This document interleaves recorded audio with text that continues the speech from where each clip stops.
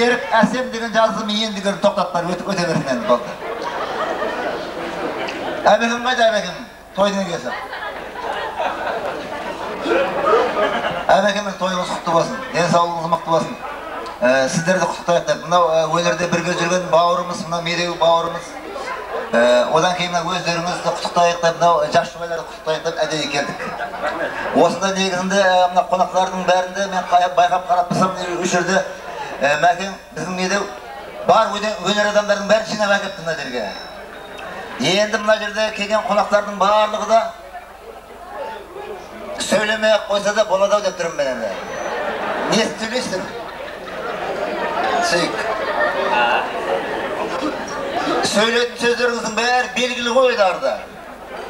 Бақытты болыңдар, үбірлі болыңдар, ата енеңнен сыйлаңдар. Оны келмей-ақ біліп қойғанбыз сіздер солай айтатындарыңыз. Осылай айтасыздар. Шын ниетпен, шын көңілмен, ақ жүрекпен келмесеңіздер, сіздер келмеген болар едіңіздер. Сондай тілекпен ниетпен, оның бәрін білеміз, белгілі оның бәрін.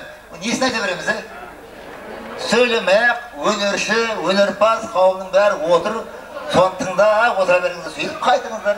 Басқа ештеңенің де керегі жоқ. Тағы бір кәш шығарсаңыз, бір үлкен құлан шығарсаңыз, соны айтады. Бақыт дейді. Басқа не тілейді? Жамандық ешкім тілемейді ма жерде? Маған айтады жаңағыдай бір кісілер. Жаңа қасында Уәлібек неменеге ескірмеден қамсаймыз жаңа менің. Қармаға бақ, бекті бақ. Қайтамен қуанып жатырмын, оның келгенінен келмеген жақсы маған.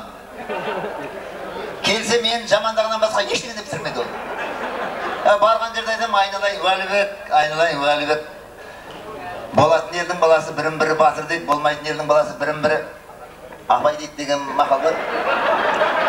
Жақсымызды асырып, жаманымызды жасырып сөйлейді деп келісіп аламыз басында. Тойға барып ең бірінші сол сөйлейді, бастық болғаннан кейін сөйлейді ғой сол. Сөйлей бергеннен бастап мені жамандай бастайды. Келіскеннің бәрі далаға қап кетеді. Қазір мен қуанып отырмын, сол келмегенде қуанып отырмын. Әбден жаңа. Қазір мені жамандағанды былай қойып қойған, мені жамандап бітеді дағына. Қыз келіншек әйелдердің бәрін жамандап шығады. Әйеліңнен асамын дегенің, абыройыңды шашамын дегенің дейді. Әйеліңді жеңемін дегенің, мезгілсіз өлемін дегенің дейді. Қарасаңызшы. Бидетті алып, мынандай мақал бар. Әйеліңді алақаныңа салып аяла дейді. Кейін өзақ төбеңе шығып кетеді дейді. Сода сөз жоқ па айналайын. Сонда мен айтамын, Уәлібектен сұрайымды, айналайын Уәлібек сонда сен әйеліңнен қорқасың ба дейді. Сөйтсем айтады, қорққанын сыйласаң қорбанбайсың да қояды. Ал мен әйелімнен қорықпаймын да, содан кейін айтамын, қорықпаймын. Әйелім маған жалынады керек болатын болса. Үйге барған, әсіресе мас болып барған кезде, еңбектеп тұрып маған қалды, жаным дейді маған, жаным диванның астынан шықшы бер маңырайды. Жаман жалындырам мен. Таң атқанша жалындырған кездерім болған. Шықпай қой, диванның астынан. Уәлібек айтады. Мен жамандағына іскелет дейді. Іскелетке мұрт жабыстырып алған дейді. Болмаса дейді, ол мұрт емес дейді, шөткі дейді. Осында мұрты бар жігіттердің бәрі намысына тиетін нәрсе ғой негізінде. Шөткі дейді. О шөткіні дейді, не үшін болған деп айтсаңыздаршы дейді. Оны шыбын аяғын шөткілеп бір үшін қойып қалған да жүреді.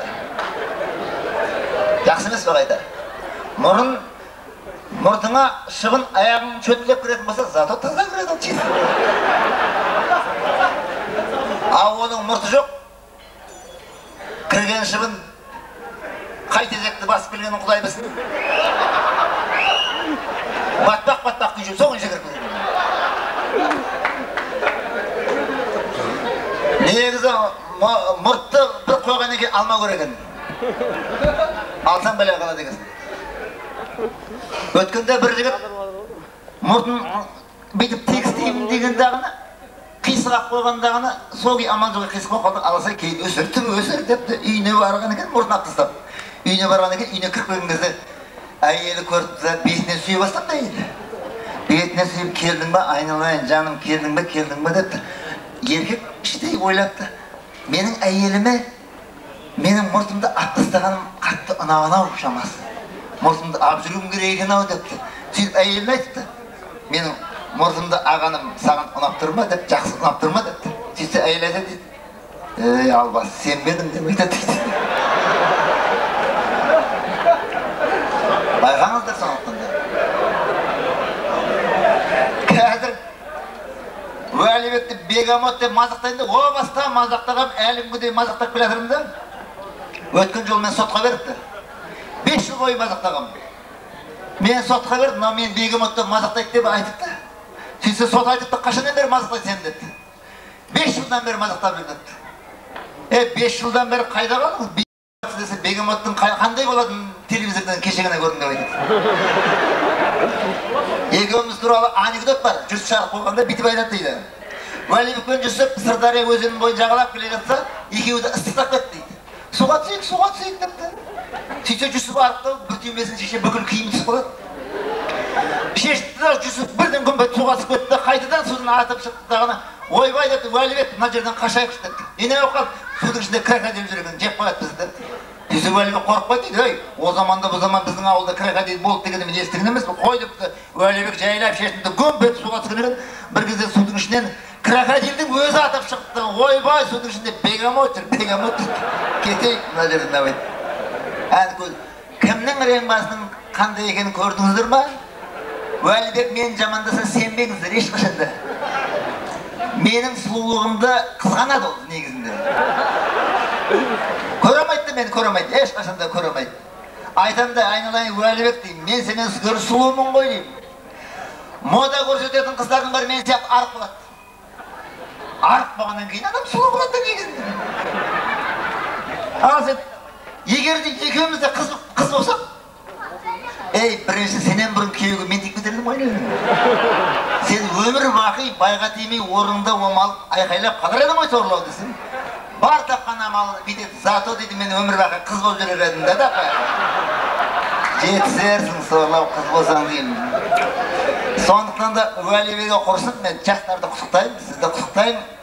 Бір ата-аналарыңыз сыйлаңыздар, үлкен кісілеріңіз сыйлаңыздар. Ананы сыйлау құрмет, қадір. Анау қайненеңді анаң алғыс жаудырсын саған дейді, келінжан айналайын. Мынау пәк бол, ақ бол, арманыңа тап бол, шаттығыңды ғұмырлық сыңарыңмен қақ бол дейді. Қазақта айтады, бәріне төзген әйел, озған әйел дейді. Бәріне осы қиыншылығымен қуанышына ортақтасып, төзіп, жұрттың бәрінен озып, елдің елеулі, халықтың қалаулы келді болуына тілектесін айналайын.